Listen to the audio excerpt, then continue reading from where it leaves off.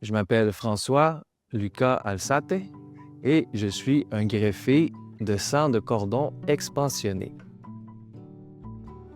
J'ai reçu mon premier diagnostic en 2014, j'ai fait une rechute en 2015 et j'ai reçu une greffe en 2016. Ça fait maintenant à peu près 8 ans que je suis en rémission / guéri.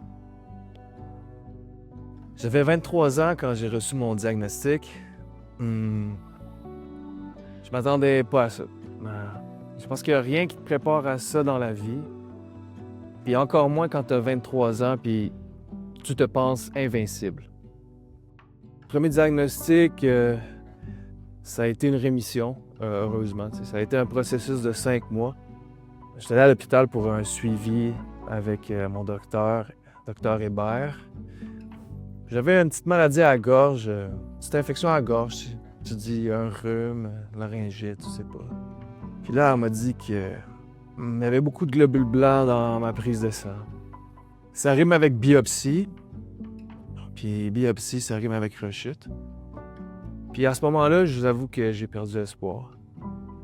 On dirait que c'est 10 fois pire que juste le diagnostic parce que c'est juste un pas de plus vers le décès. C'est clairement pas un pas dans aucune autre direction que se rapprocher du décès.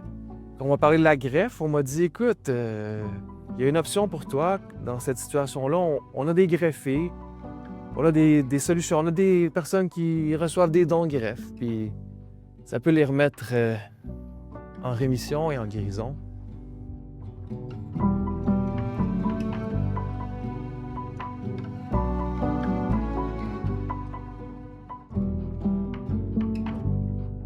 L'hôpital Maisonneuve-Rosemont a quand même des médecins qui font de la recherche, quand même des personnes qui ont des projets, qu'on m'a parlé de différents projets. Finalement, j'ai choisi le protocole UM-171 du docteur Guy Sauvageau et d'autres personnes. Là. Mais le protocole UM-171, c'est une greffe de sang de cordon. T'sais. Il y a un médecin qui m'a dit que si j'étais son enfant, c'est ce qu'elle m'aurait donné. Ça compte quand même, quand les gens disent ça, ça a marché. Je pourrais dire que j'ai gagné ce pari-là.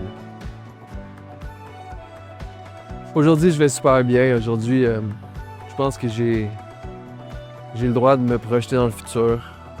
Ma date de greffe, c'est le 14 juillet 2016. Le 14 juillet, c'est ma deuxième fête.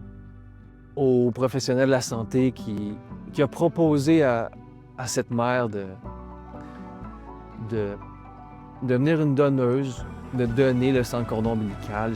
Je dis merci, puis merci, c'est probablement pas un assez grand mot. 1000 fois merci, 10 millions de fois merci. Ça m'a sauvé la vie, ça m'a donné une autre chance, je dirais peut-être une 3e chance.